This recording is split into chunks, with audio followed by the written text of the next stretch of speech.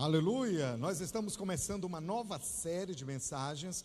Nós vamos ficar 4 domingos estudando esse tema, e esta série se chama Eclésia. Nós vamos estudar sobre a Eclésia. A primeira mensagem de hoje tem como título Eclésia, chamados para reinar.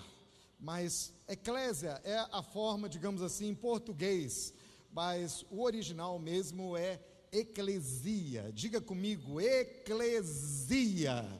Eu quero convidar você para abrir a sua Bíblia no livro de Mateus, capítulo 16. Abra, por favor, a sua Bíblia. Enquanto você está abrindo a sua Bíblia até ao Evangelho segundo São Mateus, é o primeiro livro do Novo Testamento, é muito fácil de você encontrar.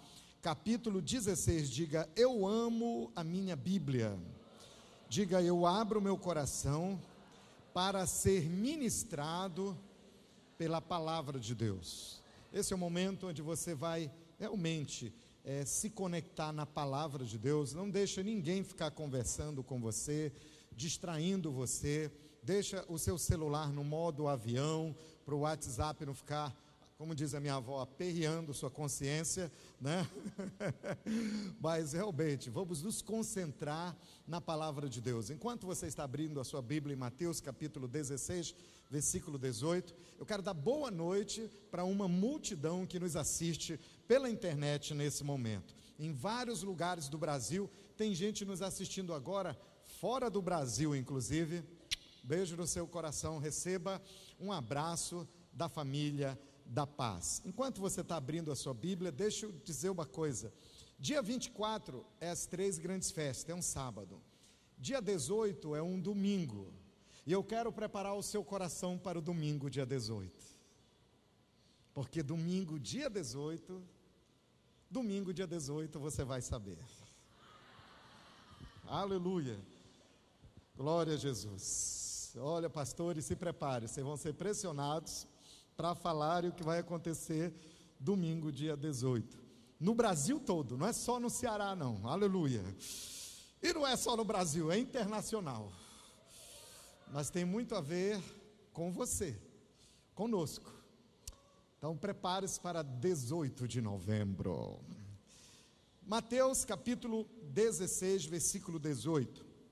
Jesus disse, eu queria que você marcasse esse texto, sublinhe e deixe esse texto aberto na sua Bíblia, seja no seu tablet, seja no seu celular, o tempo todo. Deixa marcado aí. Nós vamos ver só esse versículo hoje e vamos estudar profundamente esse texto.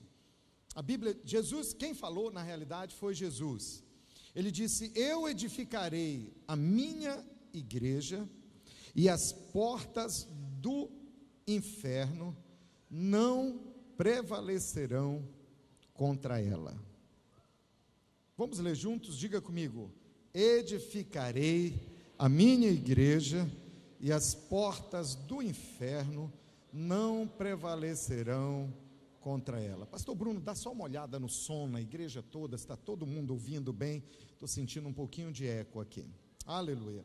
Agora, queridos, o que Jesus queria falar aqui? Porque Jesus disse: eu edificarei a minha igreja. E essa palavra igreja é a palavra eclésia, ou melhor dizendo, eclesia. Então Jesus está falando: eu edificarei a minha eclesia. Então, se você tem uma Bíblia impressa, você já anota aí sobre a palavra igreja, a palavra eclesia. Mas a que se refere Jesus quando ele usa esse termo, eu edificarei a minha eclesia?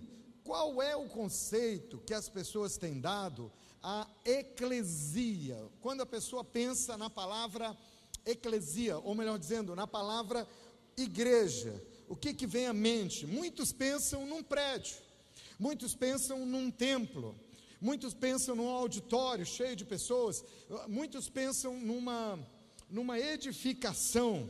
Mas eclesia, traduzido no português como igreja, não é um prédio.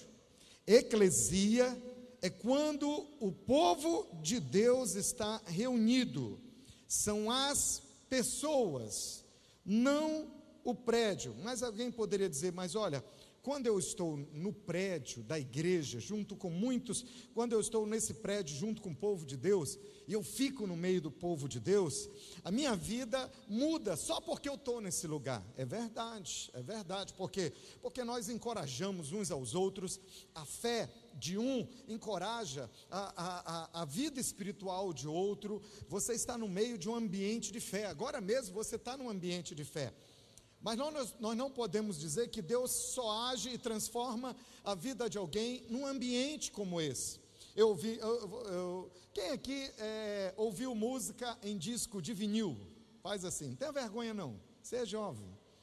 Olha, metade aqui da igreja teve um disco de vinil, né? Eu me lembro quando eu era pequeno, minha avó tinha muito disco do Roberto Leal, aquele cantor português. Eram os discos dessa grossura assim. Velha guarda aí está lembrando dos tempos, né, de ouro, aleluia. Mas eu me lembro que o nosso pastor Eibe, ele gravou um disco. Hoje é só CD, hoje você está no Deezer, hoje você está na era Spotify, né? Então hoje já está diferente. Mas aquela época é um disco de vinil. Se você não sabe o que é isso, quando você chegar em casa, você olha no Google e ele vai explicar para você. Então, mas aquele disco colocava a minha avó tinha uma eletrola, né? Ou um toca-disco, e ali tinha um braço que na ponta tinha um leitor que diziam que era a ponta era de diamante, e colocava naquele disco de vinil, e ele tocava 12 faixas. E eu me lembro que o pastor Eibe lançou um disco. O pastor Eibe, ele foi a primeira pessoa que gravou um disco de rock gospel no Brasil. E tinha uma canção chamada I Need You Help. Essa canção é uma canção de adoração, mas ela é bem lenta. Então, quem não é cristão e não entende inglês, pensa que é uma música romântica.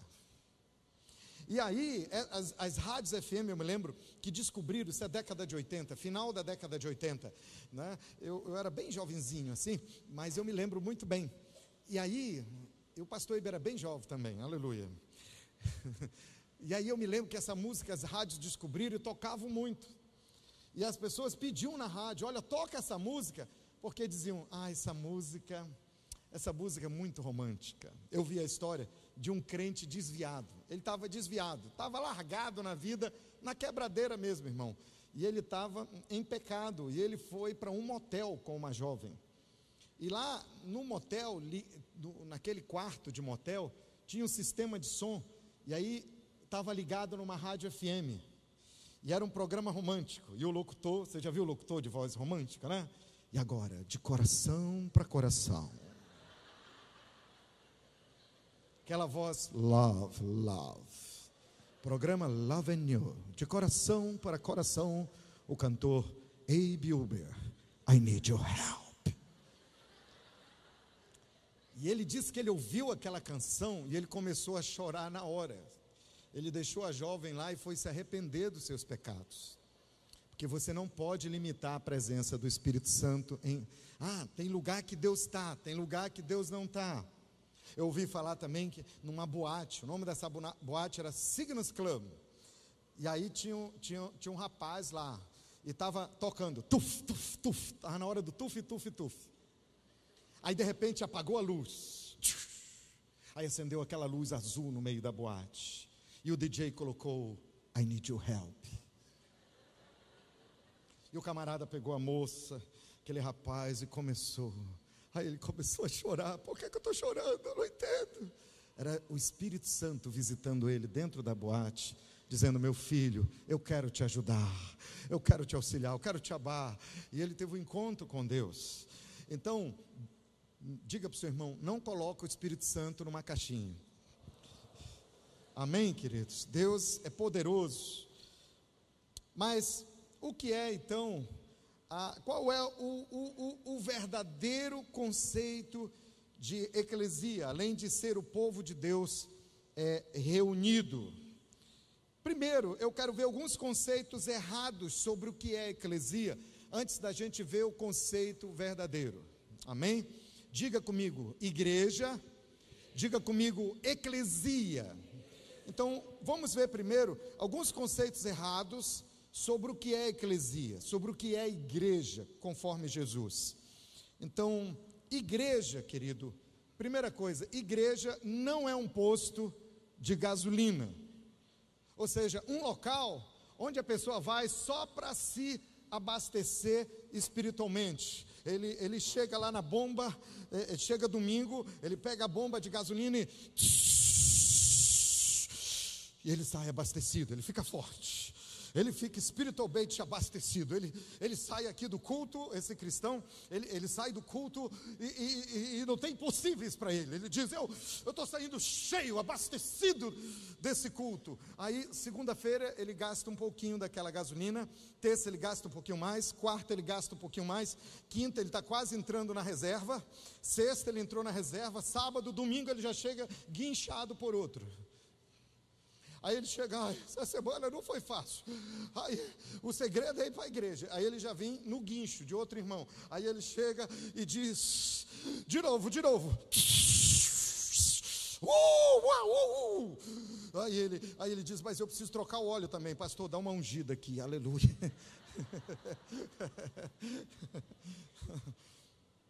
Então, na mentalidade desse cristão, eclesia, a igreja é um local onde ele se abastece todo domingo. Vou me abastecer da presença de Deus. E durante a semana, ele vai gastando todo esse combustível que ele recebeu no domingo. Mas entenda, eclesia, igreja, não é um posto de gasolina. Igreja também não é cinema. Ou seja, um centro de entretenimento, onde eu me emociono, onde eu dou risada, onde eu, uau, que susto, foi em 3D, né? E onde eu me alegro, onde eu relaxo. Eu gosto muito de cinema. Essa segunda-feira mesmo, nós fomos namorar no cinema, né, amor? Aleluia. E eu dizia, amor, me solta, não me agarra, tem muita gente aqui, estamos no cinema. Mas nós fomos assistir um filme de ação da Marvel, e aí é legal, a gente estica as pernas. Tem um cinema aí que você deita a poltrona e tem um abajuzinho, né, para você ir com a sua, e fica ali do lado da sua esposa. O gostoso é levar aquela pipoca grande, né? É tão bom ir ao cinema, não é legal? Você relaxa, você esquece dos problemas, você coloca o seu celular em offline, e aí no modo avião, e você esquece de todo mundo, e por 2 horas e meia, sua mente está ali, se emocionando, e você esquece dos seus problemas. Relax, um tempo para me entreter.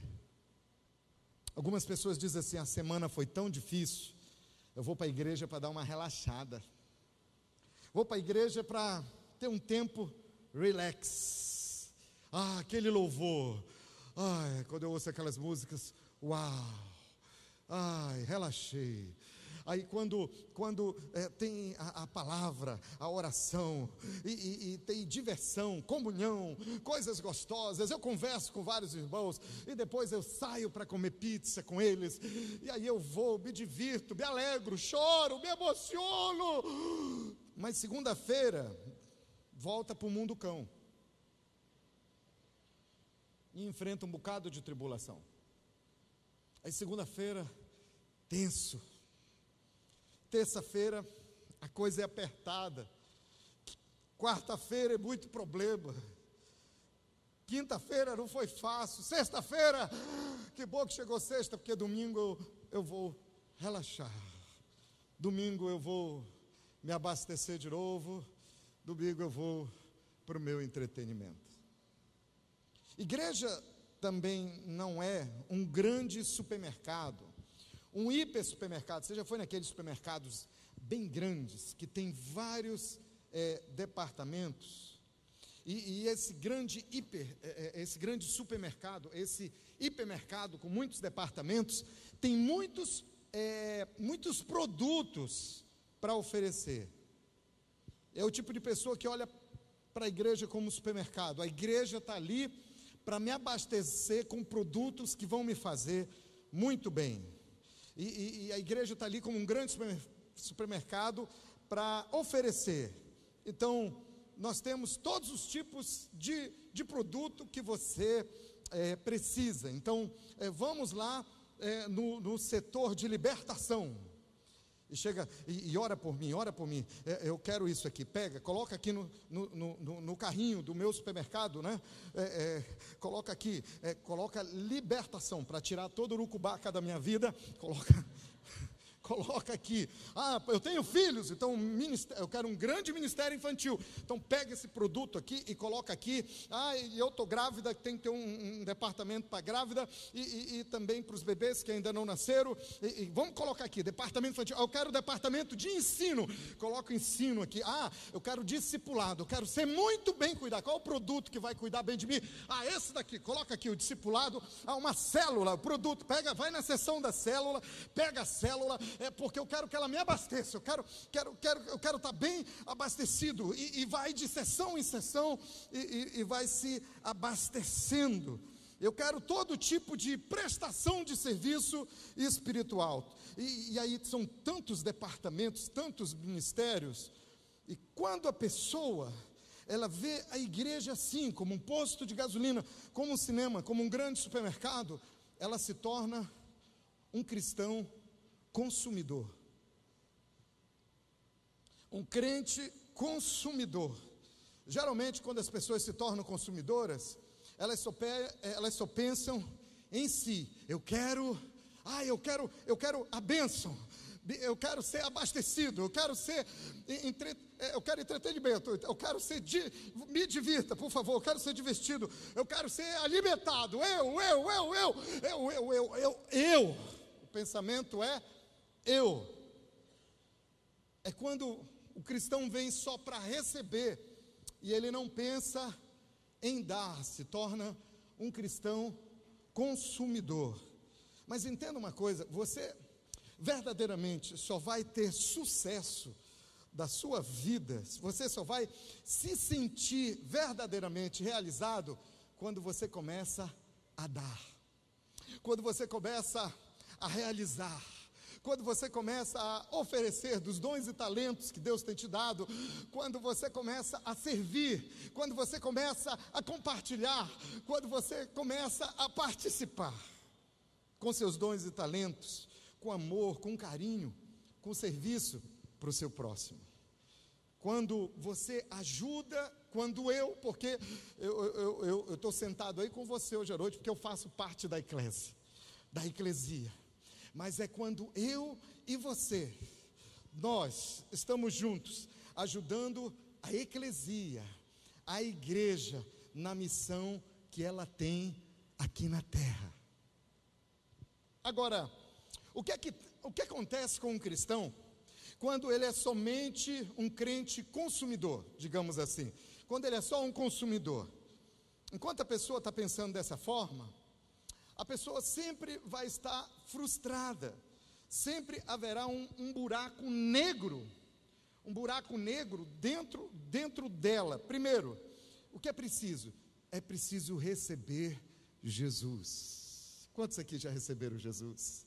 Receber o amor de Jesus, ter revelação de quem você é em Cristo, o que você pode em Cristo, o que você tem em Cristo, é receber o selo do Espírito Santo, é receber o perdão para a sua vida, é receber a alegria plena do Espírito Santo, é viver segundo as promessas da palavra de Deus. Deus é um Deus de promessa, e Ele cumpre, Ele é comprometido com a sua palavra, e a palavra dEle traz as promessas dEle para a sua vida. Diga: eu sou o que a Bíblia diz que eu sou. Diga: eu tenho o que a palavra de Deus diz que eu tenho. Diga: eu posso fazer tudo o que a Bíblia diz que eu posso fazer. Diga amém, Aleluia. Então, aí sim, você começa a ser abastecido pela sua palavra. Não é errado, sabe, não é nada errado a igreja ter todos esses departamentos. Na realidade, a igreja tem que ter todos esses departamentos para servir. Não é errado a igreja ser um local onde muitas das vezes você vai receber um entretenimento, você vai receber alegria. Afinal de contas, nós estamos vivendo num ambiente de alegria, e a alegria do Senhor é a nossa força, e o Espírito Santo te enche, te dá alegria, te dá energia, Ele te faz pular, Ele te faz saltar, Ele te faz se emocionar, Ele te faz chorar, Ele te faz gritar, Ele faz você ter as sensações mais deliciosas do mundo, experiências com o Espírito Santo, aleluia. E aqui você é abastecido com a palavra de Deus, aleluia. Você é sempre suprido pela presença do Senhor. E quando você está cheio do Espírito Santo, você diz: eu não quero só receber, eu não quero só me abastecer, eu não quero só me entreter, eu não quero só esses departamentos para a minha vida. Eu quero servir, eu quero lavar os pés, eu quero doar, eu quero participar, eu quero realizar, eu quero compartilhar. Eu faço parte disso tudo. E aí sim, a gente se sente feliz, a gente se sente realizado. A gente agora, você sai só daquela função de figurante, agora você é um atuante, aleluia, aleluia. Quando a pessoa vê a igreja de forma errada, isso gera 3 problemas muito graves. Primeiro deles, você sempre, esse crente consumidor, ele sempre vai se sentir vazio, com um buraco negro dentro dele. Por quê? Porque ele está ali só para receber. Sempre ele quer só receber. Ele está ali só para sugar. Ele suga, ele recebe, ele quer receber. E quando ele acha que ele não tem, quando ele acha que não tem muito o que sugar, mas daquele lugar ele pula para outro lugar. Aí ele muda de igreja. Aí ele suga, ele pega as bênçãos daquela igreja. Aí, só que ele tem um vazio enorme, ele tem um buraco negro dentro dele. Aí ele começa a ver um bocado de defeito daquela igreja, ele pula para outro. E ele fica pulando. Ele fica saltando, porque ele acha que ele vai encontrar. E ele nunca consegue ficar satisfeito. E é como se fosse aquele crente que está lá no supermercado.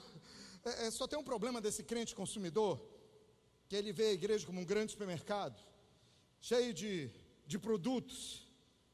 É que o consumidor, ele sempre quer o melhor produto pelo menor preço. Você lembra daquela propaganda? Quer pagar quanto? É isso que as pessoas querem ouvir. Então muitos querem os melhores produtos, mas querem pagar o menor preço. Onde tem uma promoção por aí? Muitos querem ter os melhores resultados espirituais nas suas vidas, mas querem pagar pouco por isso. Nós não estamos falando de dinheiro em si, mas nós estamos falando de uma fé viva no Senhor. Não quer pagar um preço de submissão, não quer pagar um preço de santidade, não quer pagar um preço de buscar a Jesus de todo o coração. A pessoa, ela está sempre vazia, ela só quer receber, recebe. É o crente Drácula. Quem aqui já assistiu um filme do Drácula? E o Drácula é conhecido porque ele é um mordedor? Não. Ele morde porque ele quer sugar o sangue. O que é o sangue? É a vida. Você já encontrou um crente Drácula na sua vida? Alguém que só sugava você? Ele sugava seu tempo, ele sugava todas as suas energias. Você chega perto do crente Drácula e você senta, conversa. Quando termina a conversa, você sai assim: meu Deus, transfusão. Agora, é o crente Drácula, ele suga você. Ele só quer receber, ele só quer atenção para ele. Cuida de mim. Aí ele puxa aqueles dentões dele. Ele chega na célula e... Coitado do discipulador dele, discipulador de anda amarelo, porque ele ainda tem um restinho de sangue aqui nele. Suga da energia, suga da ajuda. Ele só quer receber, receber, receber, sugar, sugar, sugar. E suga a unção, e ele suga a oração, oração, oração, oração, ele suga muita oração. Não é errado você pedir oração, eu mesmo peço que você ore por mim todos os dias. Eu gosto de receber oração. Hoje mesmo de manhã, na nossa reunião de pastores, eu ajoelhei para ser encharcado de oração e de poder de Deus, mas isso não é errado. Mas essa pessoa nunca é transformada, ela nunca é transformada, é como se fosse um buraco negro. E sabe quando é que vai... Quando essas pessoas vão se sentir satisfeitas, é quando elas estiverem dando, oferecendo, compartilhando, servindo, não só sugando, mas agora dando de si, se sentindo úteis do reino de Deus. Segunda coisa, nunca conseguem ser compromissados, porque o consumidor, ele tem sempre essa mentalidade: se você não puder me dar o melhor produto com o menor preço, eu vou para um outro lugar, onde tem um produto bom, e com um precinho mais barato, menor preço. Eu não quero pagar um preço para servir a Deus, eu não estou disposto a isso, mas eu quero o melhor produto, eu quero o melhor produto, e se eu não achar aqui, eu vou procurar no outro lugar. Terceiro, nunca alcança o sobrenatural do reino de Deus. Em Efésios diz que essa palavra eclesia, que é a igreja, para alcançar o sobrenatural de Deus, precisa estar funcionando como uma verdadeira eclesia que Jesus falou, não meramente como um clube humano. Inclusive lá em Efésios a Bíblia diz que nós vamos vivenciar o poder de Deus nas nossas vidas, mas não é um poder qualquer. A Bíblia é clara lá em Efésios, a Bíblia diz que o mesmo poder, irmão, isso aqui é muito poderoso, presta atenção, o mesmo poder que ressuscitou Jesus dos mortos, é o poder que está disponível para você hoje em dia. Está lá em Efésios, a Bíblia diz que o mesmo poder, o mesmo Espírito, o mesmo poder que levantou Jesus dos mortos, é o poder que vai fazer você viver em triunfo. A Bíblia diz que esse poder está à sua disposição, exclusivo para a eclesia do Senhor. Aleluia. Diga, eu quero. Diga, sai para lá, crente Drácula. Amém, queridos? Agora, como alcançar esse poder sobrenatural? Segura aí o seu coração, nós vamos ver isso mais adiante. Agora vamos falar, nós já vimos sobre os conceitos errados da eclesia. Agora vamos ver o conceito correto, o conceito bíblico sobre o que é eclesia. Interessante a gente notar que essa palavra, Jesus disse, eu edificarei a minha igreja. Jesus disse, eu edificarei a minha eclesia. Essa palavra não é uma palavra que foi inventada por Jesus, já era uma palavra muito conhecida naquela época, então não é um termo novo. Então quem ouviu Jesus falar, eu edificarei a minha igreja, ou seja, Jesus falou assim, eu edificarei a minha eclesia. Quem escutou Jesus falar isso aí, entendeu na hora o que Jesus estava dizendo. Por quê? Porque essa palavra já era usada pelo menos 480 anos antes da existência de Jesus aqui na terra. Era uma expressão muito conhecida, e porque era tão conhecido, Jesus não precisava falar toda hora, eclesia, eclesia, eclesia, eclesia, explicar sobre eclesia, porque era um termo muito comum na época, tanto que esse termo só aparece uma vez na Bíblia.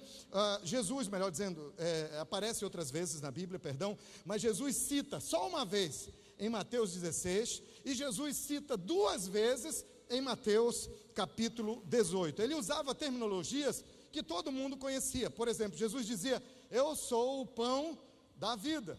Pão era um dos principais alimentos da época. Então quando Jesus usava a expressão, eu sou o pão da vida, todo mundo entendia. Jesus falava muito de ovelhas. Você já percebeu isso aí? Que Jesus falava muito de ovelhas. Por quê? Porque era uma das principais atividades econômicas da época. Naquela época era muito comum trabalhar e se criar ovelhas. Jesus também fala sobre figueira, uma fruta muito conhecida na época. Mas você não vê em lugar nenhum da Bíblia Jesus falando sobre canguru. Por que Jesus não fala sobre canguru nas suas parábolas? É porque canguru era coisa da Austrália, Jesus estava em Israel. Então Jesus vem e fala eclesia, e todo mundo entende, porque é um termo muito entendido na época. Essa palavra já era usada no período clássico da Grécia Antiga. Sócrates, Platão, Aristóteles e outros contemporâneos já usavam essa expressão eclesia. Mas o que significava o que significava na realidade esta expressão eclesia? Para você entender, você precisa entender que todo rei, cada rei tinha a sua eclesia. Diga comigo, cada rei tinha a sua eclesia. Como é que era isso? Era no caso de um novo rei. Por exemplo, o antigo rei morria e o seu filho ia receber o trono. Então, quando um novo rei tomava posse no reino, no caso da Grécia, por exemplo, vamos falar dos gregos primeiro, estão falando de história, você pode olhar depois na história, para você entender o que é eclesia. Então, quando um rei tomava posse, a primeira coisa que ele fazia era escolher a sua eclesia. No caso dos gregos, no caso do rei da Grécia, o que ele fazia naquela época? Ele observa, todo cidadão, era uma norma, tinha que servir no exército, nas forças armadas, pelo menos 2 anos, os homens. Então, se você fosse homem na Grécia, naquela época, 2 anos nas forças armadas. Então, esse era o requisito, para participar da eclesia do rei. O rei ia formar a sua eclesia, ele ia escolher entre cidadãos que agora tinham passado pelo menos 2 anos nas forças armadas, e ele ia fazer isso. Nessa época, ele escolhia essas pessoas para fazer parte de um grupo de elite do exército, que se chamava eclesia. Para quê? Para reinar com aquele rei, e para ajudar na expansão do reino. No caso dos romanos, os romanos vieram depois. Os romanos, eles já não exigiam que a pessoa servisse no exército por 2 anos. Ele escolhia, porque uma coisa, o romano, uma das coisas que trazia uma autoestima para ele, era ser reconhecido, onde ele fosse, cidadão romano. Isso era muito valorizado na época. Então podia ser um civil, um cidadão romano. Ele não precisava servir no exército por 2 anos. Então o rei, o imperador ou o rei, o que ele ia fazer? Ele ia chamar esse grupo de elite do exército ou de civis. Ele ia escolher entre o povo alguns que iam fazer parte do seu time de elite, que ia governar com ele e ia ajudar o rei na expansão do reino. Por exemplo, o Brasil agora tem um novo presidente. O que é notícia na mídia? É a equipe de governo, são os ministros, são as autoridades. Então agora o presidente, a mídia toda hora, foi anunciado um, foi anunciado outro. Então o que fazia? Por exemplo, o imperador romano, ele ia pegar um grande arquiteto no meio dos cidadãos, e ele ia colocar como ministro de infraestrutura, por exemplo. Ele ia pegar o melhor médico, e ele ia colocar como aquele que ia governar na área da saúde, ia governar com ele e ajudar na expansão do reino. Então ele montava uma equipe, ele tinha uma elite, essa era a sua eclesia. E eu quero aqui ter uma definição, vou ler no telão com você, para você entender bem. A eclesia dos reis. O que era a eclesia? Todo rei tinha uma eclesia. A eclesia era um grupo de pessoas chamada no meio dos cidadãos comuns ou do exército para serem representantes no conselho da cidade ao lado do rei. E essas pessoas, elas ajudavam o rei a governar a cidade e determinar o futuro da cidade. Isso aqui é muito profundo. Eles ajudavam o rei a governar a cidade e a determinar o futuro daquela cidade e expandir o seu reino para outras cidades e para outras nações. Diga eclesia. Deu para todo mundo entender o que é eclesia? Não é uma coisa complicada. A eclesia ajudava o rei a expandir o seu reino. Então nós temos algumas fotos aqui que talvez ajude a ilustrar. Por exemplo, o rei reunia toda a sua elite, a sua eclesia, aqueles homens separados para fazer parte desse time de elite, que é ajudar o rei a governar e expandir o reino, a administrar o futuro da cidade. E ele chegava e chamava a eclesia, essas pessoas desta elite, e aí ele falava: olha, eu quero expandir o reino, e eu quero conquistar essa e aquela cidade, esta e aquela nação. Então a eclesia votava, e depois voltava com o rei e dizia: olha, está aprovado, e nós vamos ajudar você na expansão do reino, a administrar o que nós temos, a trabalhar pelo bem, pelo futuro, e nós vamos agora chamar todos os exércitos, todos os generais, para nós conquistarmos essas cidades, estas nações, e nós expandirmos o reino. Então eles diziam: olha, nós vamos chamar os nossos generais. E o general que eles enviavam era chamado de estrategoi. Estrategoi é a palavra grega para general. E aqui olha só o general aí, né? Esse general, esse poderoso que comandava o exército. Os gregos chamavam de estrategoi, mas os romanos chamavam de apóstolo. Apóstolo.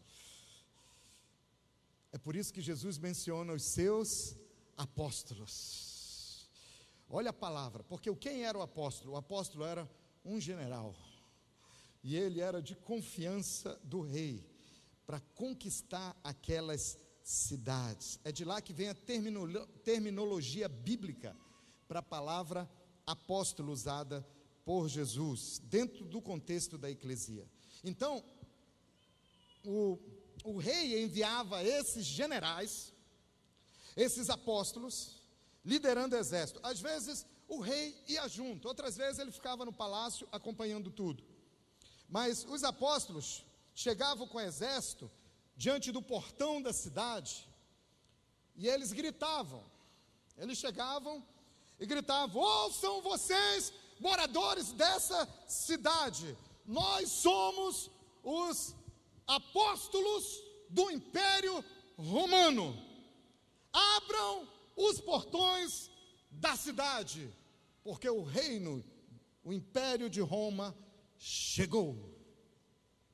Eles anunciavam isso com toda a autoridade e diziam: ou vocês abrem os portões, ou nós vamos arrombar esses portões, porque o nosso exército é poderoso. Os portões protegiam a cidade, impediam a entrada de outros. Diziam: ou vocês abrem por bem, ou o nosso poderoso exército vai derrubar esses portões. E se os cidadãos da cidade não abrissem, os apóstolos junto com o exército da eclesia, eles derrubavam aqueles portões, irmãos, e depois eles derrotavam e conquistavam aquela cidade. E depois disso, eles tinham um grande desfile de vitória. Cadê a cena aqui do desfile de vitória? Já está aqui, olha só. Eles saíam num grande desfile de vitória. Eles saíam pelos portões, pelas ruas da cidade, pelos portões, o general na frente, no seu grande cavalo. E atrás dele, quem é que vinha? O seu poderoso exército. E atrás deles, quem vinha? Algemados, os inimigos capturados e vencidos. E eles faziam uma grande celebração de conquista. Depois, chegava no momento mais importante, chegava no local mais importante, aquele general, aquele grande apóstolo, ele descia do seu cavalo, e ele subia num palanque, e aí ele apregoava, ele pregava o evangelho do reino que eles vieram e que agora tinha derrotado aquela cidade. O que é que eles diziam? Eles diziam: povo desta cidade, atenção, porque vos trago o evangelho do nosso reino. O que é evangelho? Evangelho também é uma palavra muito usada. Algumas pessoas dizem: evangelho quer dizer Bíblia, Novo Testamento. Não. Evangelho quer dizer boas notícias. A palavra evangelho quer dizer boas novas. Então ele chegava e dizia: atenção, muita atenção, estou com as boas novas de Roma para você. Trago-vos boas notícias de Roma para vocês. Aí eles diziam assim: por isso Se vocês se arrependerem e se tornarem cidadãos de Roma, vocês serão poupados. E não somente poupados, vocês se tornarão prósperos e ricos, porque o império de Roma é o mais rico. O evangelho de Roma chegou. Era isso que eles faziam. Agora veja Jesus. O que é que Jesus disse? Jesus estava reunido e disse: eu edificarei a minha eclesia. Jesus disse: eu vou edificar a minha igreja. Jesus estava dizendo: eu vou edificar a minha equipe governamental. Eu vou escolher, aleluia, entre os cidadãos da terra e agora que são filhos de Deus, eu vou escolher a minha eclesia. Ele estava dizendo: eu vou escolher aqueles que vão governar comigo, que vão determinar o futuro das cidades e das nações, e que vão, aleluia, conquistar as nações e as cidades, aqueles que vão governar comigo, aqueles que vão expandir o meu reino. Quando eles ouviram isso, eles entenderam na época. Jesus estava dizendo, Jesus estava falando: o rei da Grécia tem a sua eclesia, o imperador romano tem a sua eclesia, só que eu sou o rei dos reis, eu sou o Senhor dos senhores, e eu vou edificar a minha eclesia, e as portas do inferno não prevalecerão contra ela, os portões do inferno não prevalecerão contra ela. Aleluia! Você entendeu o que é eclesia? Você entendeu o que é a igreja original no coração de Jesus? A eclesia, ele disse: a minha eclesia é tão poderosa que nem os portões do inferno poderão derrotá-la. Ele está falando: a minha igreja, a minha eclesia. E quem são esses cidadãos que Jesus escolheu para fazer parte desse time de elite? São aqueles que lhe receberam como Senhor e Salvador. São aqueles que foram lavados pelo sangue do Cordeiro. São aqueles que tiveram seus pecados perdoados. São aqueles que estão assistindo esse culto de celebração. É você, sou eu. Nós fazemos parte dessa elite de Cristo, que faz parte da sua eclesia. Meu Pai do céu, olha para o que Jesus nos chamou, irmão. Isso é muito empolgante. Nós fazemos parte da igreja do Senhor, da eclesia do Senhor, e os portões do inferno não vão prevalecer contra essa igreja poderosa. Aleluia, aleluia. Agora, por que os portões do inferno? Por que a Bíblia fala sobre as portas do inferno? Porque, irmãos, nós vivemos dias onde o mal quer governar. Você vê a situação que o Brasil está. Por quê? Porque a corrupção quer governar. Você vê dias de crise com tanta violência. Por quê? Porque a violência, a criminalidade quer governar. É impressionante isso. Quer dominar as pessoas. Essa semana agora saiu no telejornal uma pesquisa mostrando que no ano passado, é uma pesquisa sobre o Ceará. Agradeço a Aécio que me mandou esse vídeo. Eu quero até pedir para o Samuel amanhã enviar no grupo de líderes de células, para nós estarmos orando sobre isso. Mas aqui no Ceará, irmãos, nós tivemos um número maior de divórcio do que casamento ano passado. O que é isso? É os portões do inferno querendo governar. E não é só sobre os casais das famílias, é sobre as pessoas doentes, pessoas morrendo tão enfermas, tanta doença sem cura, e as pessoas sem ter atendimento de saúde, mas também os jovens, quer sugar a nossa juventude na promiscuidade, nas drogas, mas querem as nossas crianças. Parece que está se tornando tão comum crianças serem abusadas, tanto abuso, a maior parte acontecendo no meio da família. E não é só um abuso físico, mas é um abuso ideológico com a diversidade sexual, colocando em xeque, com a ideologia de gênero, colocando em xeque a sexualidade de uma criança que tem 5 anos de idade. É os portões do inferno. É os portões do inferno. Mas entenda uma coisa, querido. Jesus disse que a igreja dele é quem vai prevalecer. Jesus disse que é a eclesia que vai conquistar, que vai governar, que vai avançar, que vai saquear o inferno, conquistar vidas e levá-las à verdadeira vida.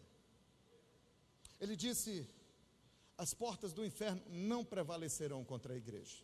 Antigamente a gente entendia esse versículo mais ou menos assim: Jesus está edificando a sua eclesia, a sua igreja. Nós achávamos que era só para cima, e que ele estava preparando a igreja espiritualmente para encontrar com Jesus, mas que o diabo, tão furioso, sabendo da potência dessa eclesia, dessa equipe, com cristãos tão fortes, apaixonados por Jesus, ele tinha inveja, e aí ele queria governar contra. Ele queria acabar com a igreja, e ele queria oprimir os cristãos. E tem cristão que diz assim: é verdade, as portas do inferno querem prevalecer contra a minha vida, pastor. Eu sinto uma opressão, os portões do inferno me perseguindo. Mas peraí, você já viu alguém pintando um portão? Quem viu alguém pintando um portão? Pintando um portão grande. Você já viu alguém colocando ferrolhos ou então fechadura no portão? Quem já viu? Você já viu alguém fechando e abrindo um portão? Mas você já viu um portão? Você já viu um cristão correndo? Ai! Aí você fala: você está correndo o quê? Aí ele diz: olha lá. Aí quando você olha, é um portão enorme, abrindo e fechando. Vou te pegar! Você já viu isso? Portão correndo atrás de alguém? Você diz: pastor, isso é ridículo. Da mesma forma, é ridículo a gente pensar que esse texto traduz assim. Na realidade, o diabo tem inveja da igreja.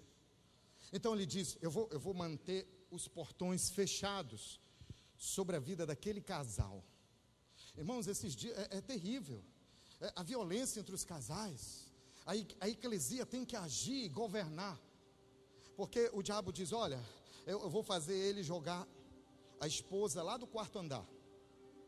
Essa semana, o cara tentou matar a esposa. Parece que está ficando uma coisa, em nome de Jesus, repreendido, mas querem fazer disso uma coisa comum. O cara não está satisfeito, ele joga a mulher lá do prédio, do alto. Nem dá paraquedas para ela, não. Joga mesmo. Eu vi no jornal essa semana uma mulher desesperada porque o marido queria esfaqueá-la. Ele estava com a faca na mão.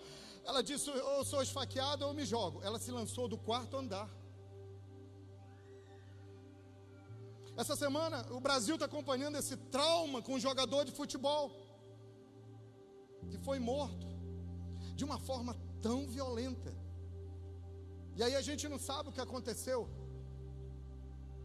O marido que matou diz: ele estava tentando estuprar minha esposa. Mas outros dizem: não, ele tirou fotos com a esposa do outro. Bom, a gente sabe que um estava com a esposa do outro. A gente não sabe o que aconteceu, confusão, mas matou. E o diabo diz: eu vou deixar esse portão aqui fechado.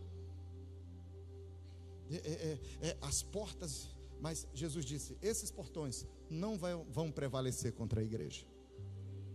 É diferente a história.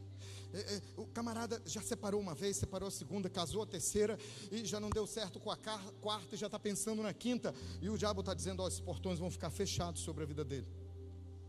Não vai dar certo nunca. Esse jovem aqui, ele tem se drogado.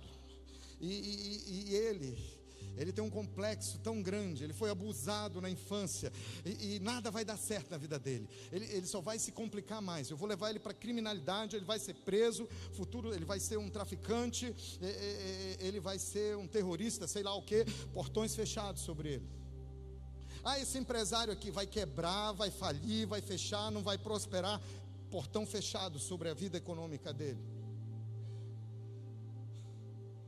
Mas Jesus disse: a minha eclesia, eu vou edificar a minha eclesia com aqueles que foi, e o requisito para participar da eclesia. Jesus disse: não precisa ter feito 2 anos no exército, não. Precisa ter a marca do meu sangue para ser parte da eclesia. E a minha eclesia é mais poderosa do que todos, e as portas do inferno não prevalecerão.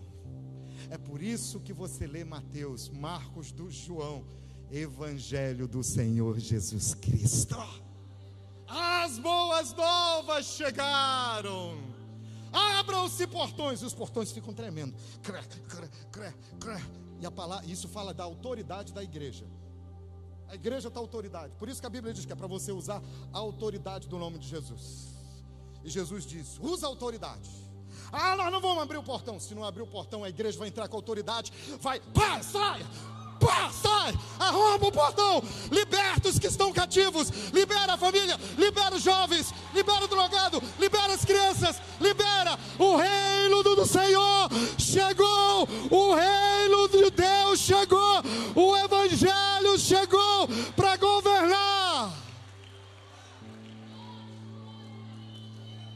Por isso que Jesus disse: ide fazei discípulos das nações. Você foi chamado para governar comigo, conquistar cidades e nações. Por isso que Jesus já te manda: faz discípulos das nações, irmão. Aleluia. Porque você faz parte da eclesia, tropa de elite de Deus. Diga: eu faço parte da eclesia. Irmão, enche o peito agora com ar. Agora solta. A próxima vez você vai encher e vai segurar e vai falar algo para o seu irmão. Enche. Fala para o irmão: faço parte da eclesia.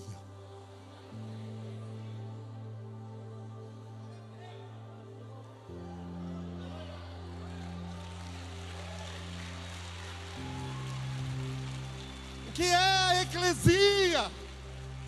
Irmão, a eclesia é um grupo de pessoas chamadas do reino das trevas para se tornar o lugar da habitação de Deus, o corpo de Cristo.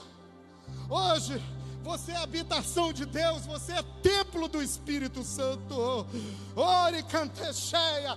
Você foi separado para reinar com Cristo e expandir o reino de Deus na terra. Vamos olhar novamente o texto, Mateus 16, 18. Jesus disse: eu edificarei a minha eclesia, a minha igreja, e as portas do inferno não prevalecerão contra ela. Qual a razão principal, irmão, que Ele te chamou para você participar da sua igreja? A igreja de Jesus é para expandir o seu reino aqui na terra. Então, qual é a nossa missão como escolhidos da elite de Deus para governar e expandir o reino? Qual a nossa missão diante da nossa cidade, Fortaleza? Qual a nossa missão diante de 186 municípios no Ceará? Nós vamos chegar diante dos portões da cidade e nós vamos anunciar as fortificações espirituais, onde o maligno tem prendido as pessoas. Nós vamos demolir esses portões. Você vai ser usado para demolir esses portões e para libertar as pessoas e recebê-las como cidadãos do reino de Deus e anunciar: eis que chegou o Evangelho do Senhor Jesus. Boas novas estamos trazendo para você.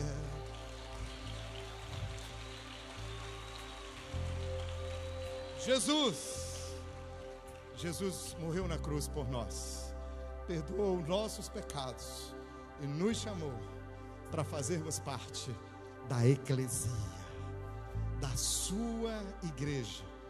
Fomos separados para reinar com Jesus, para governar com Jesus e para expandir o seu reino aqui na terra. Aleluia. Fique em pé agora. Mas não saia, não terminou o nosso culto, está dentro do horário ainda. Não saia, por favor, fique dentro do tempo, não perca a bênção final.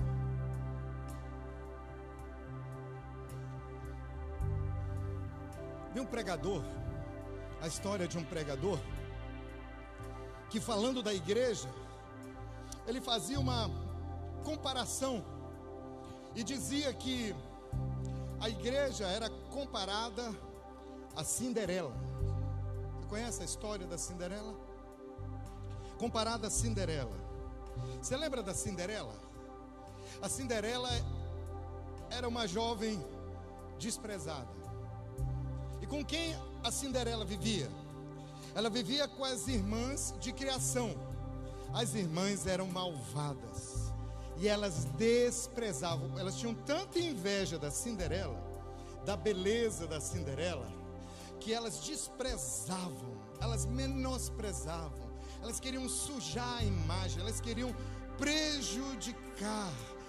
E muita gente tenta fazer isso, a imprensa às vezes tenta fazer isso com a igreja, algumas instituições tentam fazer isso com a igreja, algumas pessoas tentam manchar a igreja, algumas pessoas querem menosprezar a ação da igreja. E havia também uma madrastra malvada contra a Cinderela. Você lembra disso? O que a madrasta queria? Queria matar a Cinderela. Ficava perseguindo. E sabe, o diabo cumpre esse papel. Ele quer destruir a igreja. Existe uma missão, você pode achar na internet, missão Portas Abertas. A missão Portas Abertas, a missão dessa instituição, Portas Abertas, é apoiar a igreja perseguida no mundo. Irmão, você não tem noção, é muito bom ser cristão no Brasil. Você sai com a sua Bíblia, você vai agora para o melhor shopping da cidade com a sua Bíblia. E você pode, eu gosto de ver a turma do Difflin, chega numa praça e arrebenta com a palavra de Deus, anunciando o Evangelho. Eu gosto de ver essas reuniões do Difflin, em que eles chegam e praça aberta. A galera chega no cinema e evangeliza, no shopping. Em todo lugar tem essa liberdade no Brasil, mas tem lugares onde ser cristão é assinar uma sentença de morte. Na Nigéria, por exemplo, existem igrejas que são queimadas. Isso acontece semanalmente no interior da Nigéria. E eles matam, eles cortam, eles às vezes deixam os corpos pendurados, às vezes eles tocam fogo. Um dia desse aqui na nossa igreja, isso aconteceu ano passado. Uma experiência que me marcou muito. Tinha um missionário, ele era um brasileiro, e ele chamou muito a minha atenção. A cor dele é bem negra, negro assim, mas muito forte. E a esposa dele bem loira. E ele está num país na África, e ele está ganhando muitos africanos para Jesus, muitos. Mas ele disse: olha, nós sofremos uma perseguição tão grande, porque hindus, porque muçulmanos radicais e tantos outros religiosos nos perseguem tanto. E ele contou tantas histórias, eu fiquei com o coração apertado. Quando nós fomos nos despedir, ele falou algo para mim, irmãos. Aquele missionário olhou para mim e disse: foi um prazer lhe conhecer, pastor Sandro. Obrigado, o senhor pagou um jantar para mim. Amanhã eu volto para o meu país lá na África. E eu acho que a gente se vê no céu. Eu falei: não, rapaz, a gente vai se encontrar ainda muitas vezes aqui.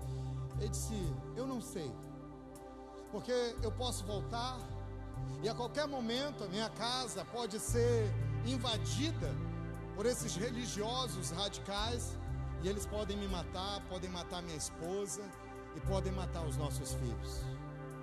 Eu disse: não. Aí eu digo: não, tem teu espírito de fé. Ele disse: isso não é espírito de incredulidade, é uma realidade que a gente vive no nosso país. Mas eu queria dizer para você que eu estou pronto para dar minha vida por Cristo, mas eu não vou parar de anunciar o meu Evangelho. Ele olhou nos meus olhos e ele disse: pastor Sandro, eu estou pronto para dar minha vida por Jesus. Eu estou pronto para ser morto, mas eu não vou me calar, eu não vou parar de anunciar Jesus. E naquele momento eu fiquei pensando: meu Deus, muitos enxergam a igreja como um posto de gasolina, um lugar de entretenimento, um cinema, como se fosse um hipermercado. E esse irmão está me dizendo: eu estou dando a minha vida pela eclesia, Eu sou um soldado dessa eclesia. Eu sou um ministro dessa eclesia, pastor Sandro. E eu estou dando a minha vida por causa disso. Irmãos, de manhã, quando terminei de pregar essa mensagem, o irmão me procurou e disse: pastor Sandro, quem recua de um exército é o quê? Olhei para ele e disse: é um desertor. Ele disse: pois é. Somos da eclesia ou somos desertores? Eu fiquei pensando hoje de manhã. Sabe o que é que eu penso? Eu creio que nós somos eclesia. Eu creio que todos que estão aqui hoje de manhã entendem que foram chamados, separados por Deus para fazer parte dessa elite do céu, que vai governar com Jesus aqui na terra e expandir o seu reino. Olhe para o irmão que está do seu lado e diga: você faz parte dessa elite de Jesus. Amém? Coloque sua mão no seu coração. Diga: obrigado, Jesus, pelo privilégio de fazer parte da eclesia. Diga: eu sou comprometido em governar com Jesus e expandir o seu reino aqui na terra. Aleluia. E a Cinderela? Sabe por que as irmãs de criação e a madrasta malvada têm tanta inveja? Porque eles sabem que a Cinderela é predestinada a casar com um príncipe, que ela é princesa. Sabe por que o diabo tem tanta raiva da igreja? Porque ele sabe que a igreja do Senhor é predestinada a estar com o noivo, a estar com o noivo aqui na terra, a curtir o noivo aqui na terra e a desposar do noivo pela eternidade no céu. Aleluia! Dá uma salva de palmas para Jesus.